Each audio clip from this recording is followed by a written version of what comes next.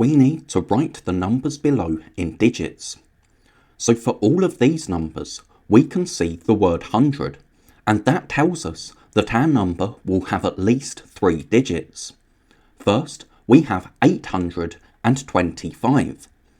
Now the best way to write numbers in digits is to write the hundreds digit and then remember that we need 2 digits after the hundreds digit for our tens and ones.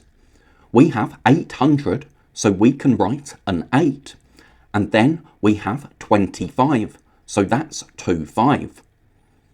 Now we have 900, so we can write 9 for our hundreds digit, but to show that it's our hundreds digit, we need zeros in our tens and ones, because if we just have 900, we don't have any extra tens or ones.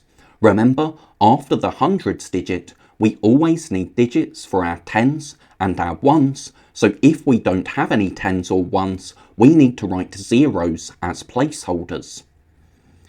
Now we have 320. So that's 3 for 300, and then 20 is 20. And now we have 402. So we can write the digit 4 for 400. But remember, we need 2 digits after the hundreds digits for our tens and ones. So we need to write 2 as 02.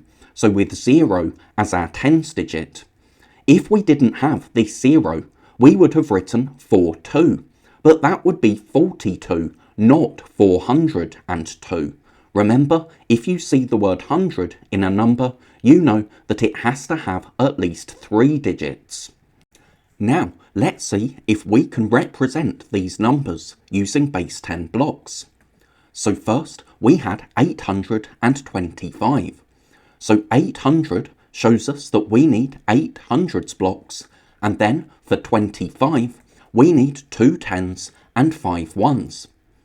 Then we had 900. So that means that we need 9 of our hundreds blocks, but we don't need any tens or ones. Then we had 320. So we can show 3 hundreds and then 2 tens for 20. And because we have a 0 as our ones digit, we don't need to show any ones. With 20, we just have 2 tens and no additional ones. And then we had 402. So we can show 4 hundreds blocks, no tens blocks, and 2 ones.